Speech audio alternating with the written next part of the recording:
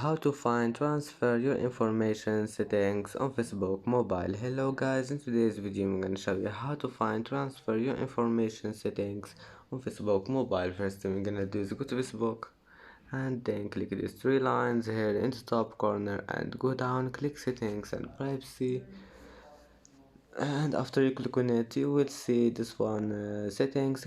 Click on it and then just go down until you find this one, transfer a copy of your information. Click on it, and as you see here you can find transfer your information settings. Then just click next and select anything you want, and that's how to find transfer your information settings on Facebook mobile. And that's it for today's video. If you like this video, please don't forget like and subscribe, and see you in the next video.